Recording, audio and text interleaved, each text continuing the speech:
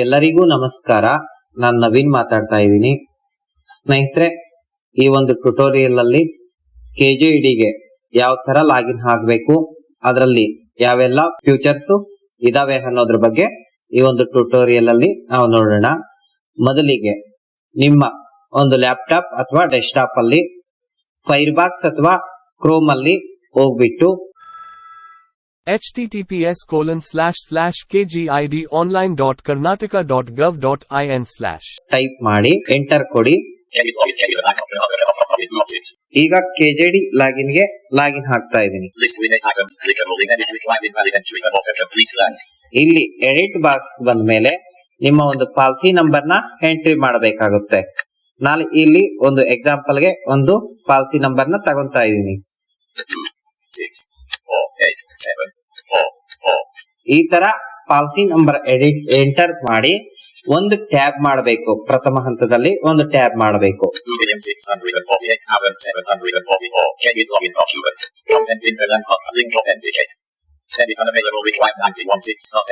ನಿಮ್ಮ ಮೊಬೈಲ್ ನ ಒಂದು ರಿಜಿಸ್ಟ್ರೇಷನ್ ಫೋನ್ ನಂಬರ್ ಏನಿರುತ್ತೆ, ಮೊದಲ 2 ಅಂಕಿ ಮತ್ತು 6 ಡಾಟ್ ಅಂತ ಹೇಳಿ ಲಾಸ್ಟ್ 2 ಫೋನ್ ನಂಬರ್ ನ ರೀಡ್ ಮಾಡುತ್ತೆ. ಅದಾದ್ಮೇಲೆ ಒಂದು ಡೌನ್ ಆರೋ ಮಾಡಿದ್ರೆ ಅಥೆಂಟಿಕೇಟ್ ಆಪ್ಷನ್ ಇರುತ್ತೆ. ಅದ್ರ ಮೇಲೆ ಎಂಟರ್ ಅಥವಾ ಸ್ಪೇಸ್ ಬಾರ್ ಮಾಡಿ ನಿಮ್ಮ ರಿಜಿಸ್ಟ್ರೇಷನ್ ನ ಒಂದು ಮೊಬೈಲ್ಗೆ ಒಂದು OTP ಹೋಗುತ್ತೆ. ಒಂದು 3 ಸೆಕೆಂಡ್ ಬಿಟ್ಟು ಒನ್ ಟೈಮ್ ಟ್ಯಾಬ್ ಪ್ರೆಸ್ ಮಾಡಬೇಕು. ಈ ಒಂದು OTP ಅವಧಿ ಕೇವಲ 3 ನಿಮಿಷ ಇರುತ್ತೆ. ಆ ಒಂದು 3 ನಿಮಿಷ ಅವಧಿ ಒಳಗಡೆ ನೀವು ಅಲ್ಲಿ OTP ಎಂಟ್ರಿ ಮಾಡಬೇಕು.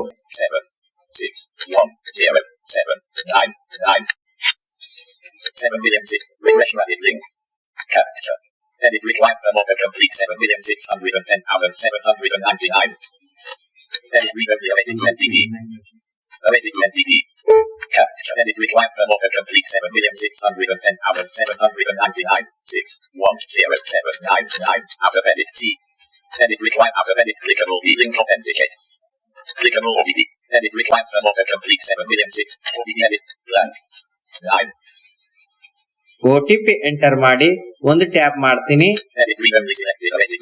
ಕ್ಯಾಪ್ಚಾ ಹತ್ರ ಹೋಗುತ್ತೆ, ಅದನ್ನ ಕಂಟ್ರೋಲ್ C ಮಾಡ್ಕೋಬೇಕು, ಕಾಪಿ ಆಗುತ್ತೆ.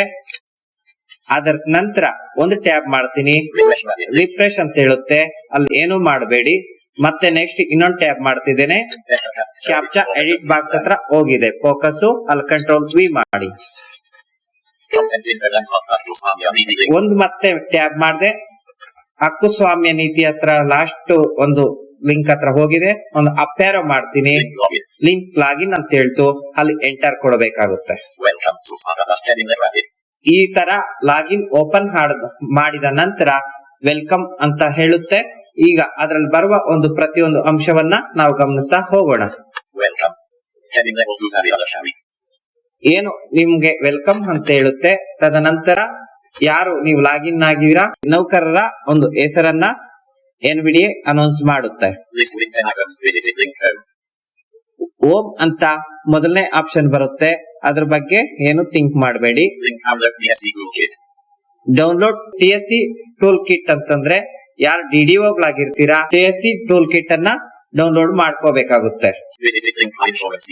ಮೈ ಇನ್ಶೂರೆನ್ಸ್ ಡೀಟೇಲ್ಸ್ ಅಂತ 3ನೇ ಆಪ್ಷನ್ ಇದೆ.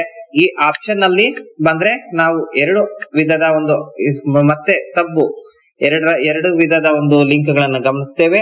ಮೊದಲನೇ ಬಂದು ಮೈ ಇನ್ಶೂರೆನ್ಸ್ ಡೀಟೇಲ್ಸ್, ಇನ್ನೊಂದು ಬಂದು ಲೋನ್ ಡೀಟೇಲ್ಸ್. ಅದನ್ನ ಒಂದೊಂದೇ ನಾವು ಎಕ್ಸ್ಪ್ಲೋರ್ ಮಾಡೋಣ.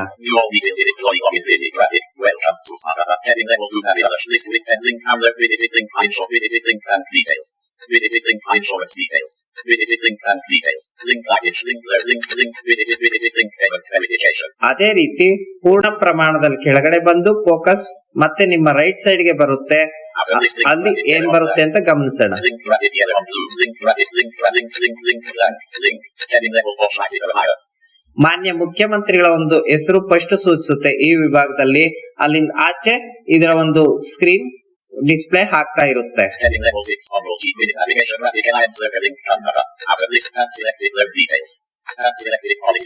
ಪಾಲಿಸಿ ಡೀಟೇಲ್ಸ್ ಮೊದಲಿಗೆ ನಾವು ಕಾಣ್ತೀವಿ, ಅದನ್ನ ಫಸ್ಟ್ ಗಮನಿಸೋಣ. ಇದಾದ್ಮೇಲೆ ಲೋನ್ ಡೀಟೇಲ್ಸ್, ಎಕ್ಸ್ಟ್ರಾಕ್ಷನ್ ಡೀಟೇಲ್ಸ್ ಅಂತ ಬರುತ್ತೆ. ಎಕ್ಸ್ಟ್ರಾಕ್ಷನ್ ಡೀಟೇಲ್ಸ್ ನೀವು ತಲೆ ಕೆಡಿಸ್ಕೋಬೇಡಿ. ಪಾಲಿಸಿ ಡೀಟೇಲ್ಸ್ ಫಸ್ಟ್ ನೋಡಿ, ತದನಂತರ ಲೋನ್ ಡೀಟೇಲ್ಸ್ ಮತ್ತೆ ನೋಡೋಣ. Tax it heading level 5 policy details. Policy details ಅಲ್ಲಿ ಬಂದು ಈ ಕೆಳಗೆ ಕಂಡ ಅಂಶಗಳು ನಮೂದಾಗಿರುತ್ತೆ. ಇವು ಒಂದೊಂದೇ ನಾವು ಗಮನಿಸ್ತಾ ಹೋಗ್ಬೇಕು. First KJ0. First KJD number 2,648,744. ಯಾವೊಬ್ಬ ನೌಕರರ ಫಸ್ಟ್ ಕೆಜೆಡಿ ನಂಬರ್ ಏನಿರುತ್ತೆ ಆ ಒಂದು ನಂಬರ್ ನ ಫಸ್ಟ್ ಇಲ್ಲಿ ರೀಡ್ ಮಾಡುತ್ತೆ. Date of birth. ಮತ್ತೆ ನೌಕರನ date of birth 20/04/1991. Name of employee. Name of employee ಅಂತ ಅಲ್ಲಿ ನೇಮ್ ಎಂಪ್ಲಾಯಿನ ಒಂದು ನೇಮ್ ಅಲ್ಲಿ ಡಿಸ್ಪ್ಲೇ ಆಗ್ತಾ ಇರುತ್ತೆ. Salary age. ಏಜ್ ಮತ್ತೆ ನೌಕರನ ಒಂದು ವಯಸ್ಸು 32. Designation. ಮತ್ತೆ ನೌಕರನ ಒಂದು ಪದನಾಮ ಏನ್ ಡೆಸಿಗ್ನೇಷನ್ ಅಲ್ಲಿ ಇದ್ದಾನೆ ಅದನ್ನ ಸೂಚಿಸುತ್ತೆ. Second division accounts department. ಮತ್ತೆ ನೌಕರನ ಒಂದು ಇಲಾಖೆ ಹೆಸರು ಅಲ್ಲಿ ಯಾವ್ದು ಇದೆ ಅಂತ ಅಲ್ಲಿ ತೋರಿಸುತ್ತೆ. Development and Contract Launch Secretariat. Total number of policies slash. ಮತ್ತೆ ಟೋಟಲ್ ಒಂದಕ್ಕಿಂತ ಹೆಚ್ಚಿನ ಪಾಲಿಸಿಗಳೇನಾದ್ರೂ ನೌಕರ ಹೊಂದಿದ್ರೆ ಒಂದರ ಕೆಳಗಡೆ ಒಂದು ಅಸೆಂಬಲ್ ಆಗುತ್ತೆ. Policy number ಸಂಖ್ಯೆ. ಆದ್ಮೇಲೆ ಟೋಟಲ್ ಒಬ್ಬ ನೌಕರ ಎಷ್ಟು ಪಾಲಿಸಿಗಳನ್ನು ಒಳಗೊಂಡಿದ್ದಾನೆ ಅದು ಟೋಟಲ್ ಪಾಲಿಸಿಗಳಲ್ಲಿ ತೋರಿಸುತ್ತೆ. Heading level 6. ಈ ಒಂದು ನೌಕರ ನಾವು ಓಪನ್ ಮಾಡ್ಕೊಂಡಿರುವ ಲಾಗಿನ್ ಆ ಒಂದು ಒಬ್ಬ ನೌಕರ 2 ಪಾಲಿಸಿಗಳನ್ನ ಒಟ್ಟು ಒಳಗೊಂಡಿದ್ದಾರೆ. Total premium of all policies slash ಎಲ್ಲ policy available to premium. ತದನಂತರ ಒಟ್ಟು ಎಲ್ಲಾ ಪಾಲಿಸಿಗಳು 2 ಪಾಲಿಸಿಗಳಿಂದ ಎಷ್ಟು ಟೋಟಲ್ ಪ್ರೀಮಿಯಂ ಇದೆ ಅದನ್ನ ಅಲ್ಲಿ ಡಿಸ್ಪ್ಲೇ ಆಗುತ್ತೆ. Heading level 6 2000.00. ಈ ಒಂದು ನೌಕರರ ಒಂದು ಒಟ್ಟು ಮಾಸಿಕ ವಿಮಾ ಕಂತು 2000 ಅಂತ ಎನ್ವಿಡಿಎ ಹೇಳ್ತಿದೆ. Total sum assured slash. ಅಂದ್ರೆ ಈ 2 ಪಾಲಿಸಿಗಳ ಒಟ್ಟು ವಿಮಾ ಬಾಂಡಿನ ಮೊತ್ತ ಈ ಒಂದು ಆಪ್ಷನ್ ಅಲ್ಲಿ ತಿಳಿಸುತ್ತೆ. ಎಷ್ಟಿದೆ ನೋಡೋಣ.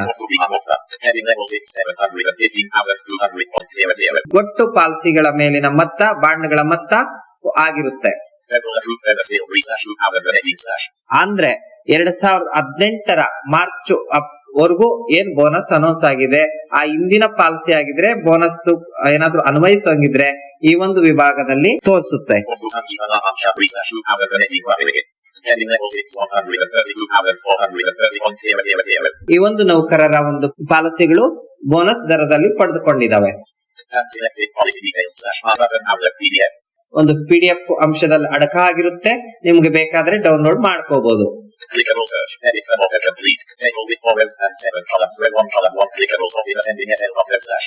ಕ್ರಮ ಸಂಖ್ಯೆ ವೈಸು ಫಸ್ಟ್ ಯಾವ್ದು ಫಸ್ಟ್ ಪಾಲಿಸಿ ಇರುತ್ತೆ ಮತ್ತೆ ತದನಂತರ ಯಾವ ಪಾಲಿಸಿ ನೌಕರರು ಹೊಂದಿದ್ದಾರೆ ಅನ್ನೋದು ಈ ಕೆಳಗಡೆ ಒಂದರ ಕೆಳಗಡೆ ಒಂದು ದಾಖಲಾಗಿರುತ್ತೆ.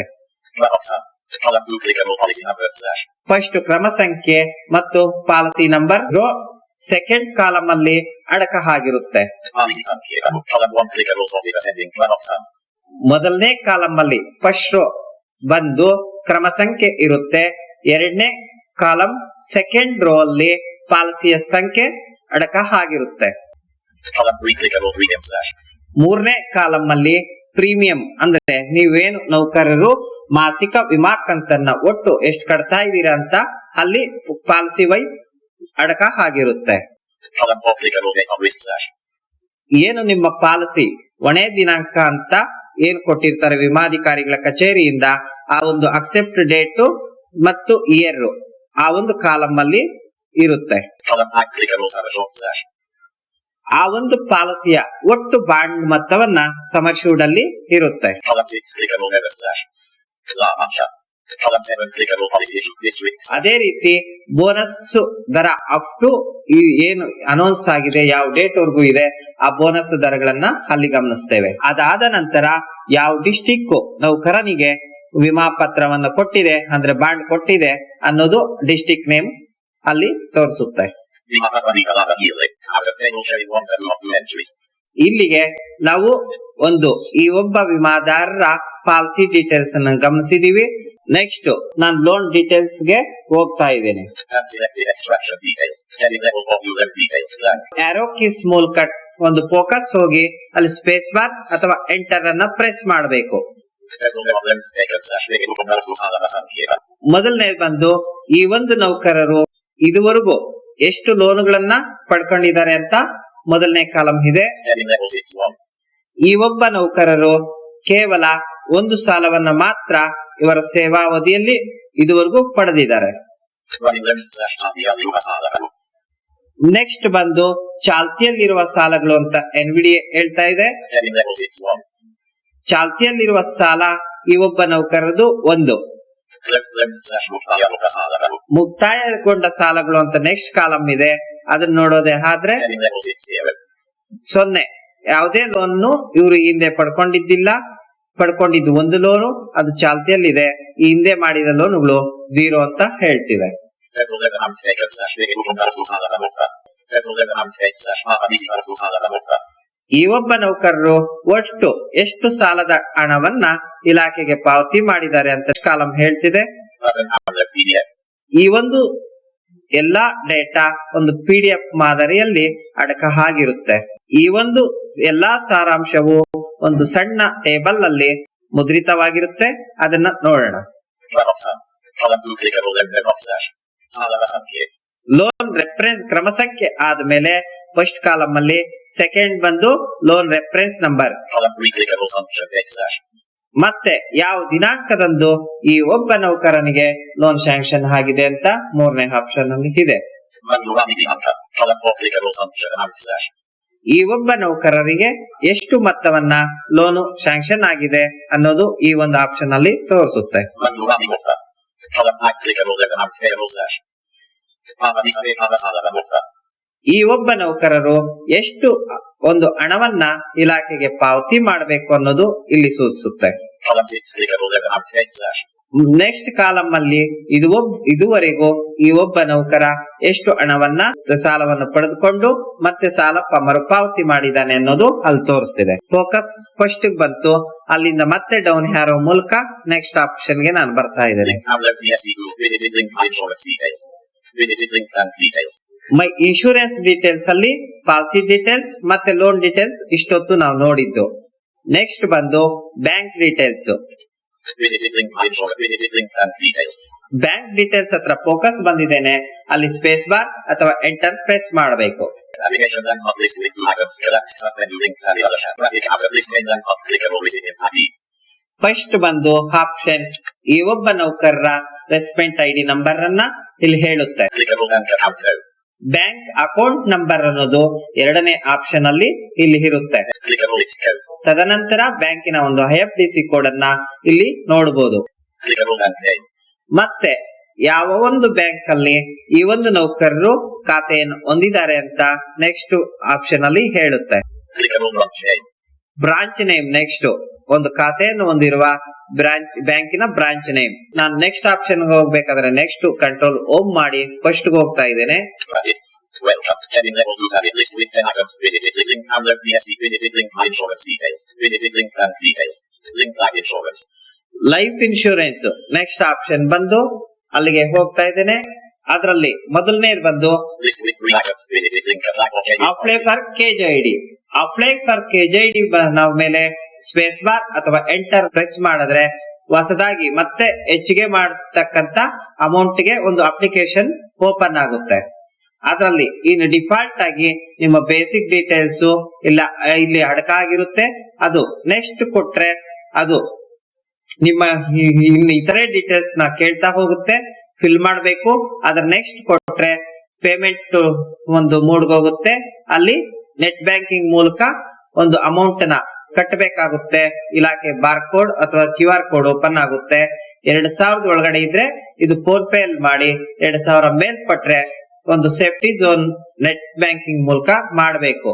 ಪೇಮೆಂಟ್ ಆದ್ಮೇಲೆ ಮೆಡಿಕಲ್ ಫಾರ್ಮೆಟ್ ನಿಮ್ಮ ನೇಮು ಮತ್ತೆ ಒಂದು ನಿಮ್ಮ ರೆಫರೆನ್ಸ್ ನಂಬರ್ ಒಂದು ಕ್ರಿಯೇಟ್ ಆಗಿರುತ್ತೆ.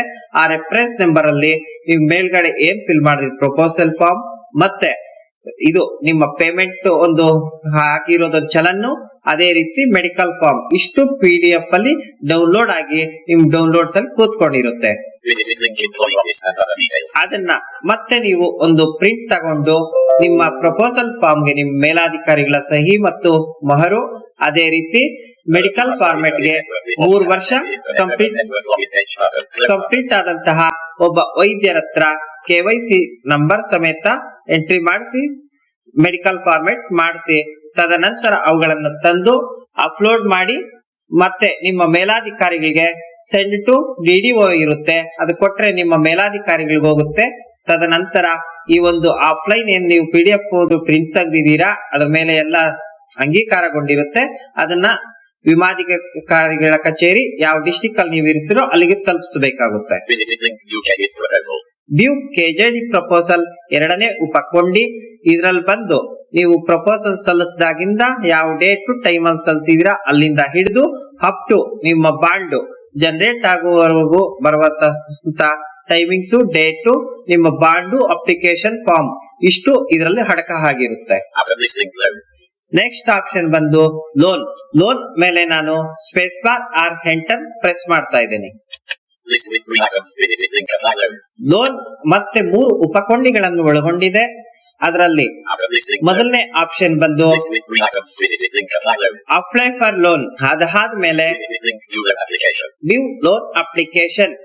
ಸೇಮ್ ನನ್ ಮೇಲೆ ಹೇಳ್ದಂಗೆ ನೀವು ಸಾಲದ ಅರ್ಜಿ ಸಲ್ಲಿಸಿದ ದಿನಾಂಕದಿಂದ ಅಪ್ ಟು ನಿಮ್ಮ ಒಂದು ಡಿಡಕ್ಷನ್ ಕಾಪಿಯವರೆಗೂ ಅದು ಡೀಟೇಲ್ಸ್ ಅನ್ನ ಅಲ್ಲಿ ಒಳಗೊಂಡಿರುತ್ತೆ. ಲೋನ್ ಸ್ಟೇಟಸ್ ಬಂದು ನಿಮ್ಮ ರೆಫರೆನ್ಸ್ ನಂಬರ್ ನ ಹಾಕಿ ಅಲ್ಲಿ ಸರ್ಚ್ ಮಾಡ್ಕೋಬಹುದು. ಗ್ರೂಪ್ ಇನ್ಶೂರೆನ್ಸ್ ಕ್ಲೈಮ್ಸ್ ಅನ್ನೋದು ನಿಮ್ಗೆ ಇಲ್ಲಿ ಅನಿವಾರ್ಯ ಬೀಳಲ್ಲ.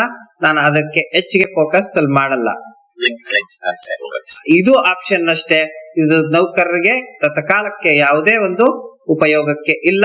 ಅದನ್ನು ನಾನು ಕೈ ಬಿಟ್ಟಿದ್ದೇನೆ. ಪ್ರಪೋಸಲ್ ಸ್ಟೇಟಸ್ ಬಂದು ನೀವು ಏನು ನಮಗೆ ಪ್ರಸ್ತಾವನೆ ಹೆಚ್ಚಿಗೆ ಮಾಡಿಸೋದಕ್ಕೆ ಒಂದು ನಮ್ಗೆ ಕಳಿಸಿರ್ತೀರಾ ಅದರ ಒಂದು ಸ್ಟೇಟಸ್ ಅನ್ನ ಇಲ್ಲಿ ಎಡಿಟ್ ಬಾಕ್ಸ್ ಓಪನ್ ಆಗುತ್ತೆ. ಆ ಒಂದು ರೆಫರೆನ್ಸ್ ನಂಬರ್ ಏನ್ ಕ್ರಿಯೇಟ್ ಆಗಿರುತ್ತೆ ಆ ರೆಫರೆನ್ಸ್ ನಂಬರ್ ಹಾಕಿ ಅಲ್ಲಿ ಸರ್ಚ್ ಮಾಡಬಹುದು. ಇದು ಪ್ರಾರಂಭದಲ್ಲಿ ಕೆಲಸ ಮಾಡ್ತಿದ್ದು ಈ ಲಿಂಕ್ ಈಗ ಸದ್ಯಕ್ಕೆ ಅದು ನಿರುಪಯುಕ್ತ. ಇಷ್ಟು ಒಂದು ಆನ್ಲೈನ್ ಲಾಗಿನ್ ಬಗ್ಗೆ ಬ್ಲೈಂಡ್ಸ್ ಈ ತರ ನಾವಿಗೇಷನ್ ಮಾಡಿಕೊಂಡು ನಿಮ್ಮ ಒಂದು ಸಾಲದ ಅರ್ಜಿಯನ್ನು ಸಲ್ಲಿಸೋದಾಗಿರ್ಬೋದು ಅಥವಾ ಹೆಚ್ಚಿಗೆ ಒಂದು ಅಮೌಂಟ್ ಅನ್ನು ಪೇ ಮಾಡಿ ಮತ್ತೆ ನಿಮ್ಮ ವಿಮಾ ಮೊತ್ತವನ್ನು ಹೆಚ್ಚಿಸಿಕೊಳ್ಳೋದಕ್ಕಾಗಿರ್ಬೋದು ಈ ಒಂದು ಮಾರ್ಗದಲ್ಲಿ ನೀವು ಪ್ರಸ್ತಾವನೆಗಳನ್ನ ಸಲ್ಲಿಸಬೇಕಾಗುತ್ತೆ. Thank you.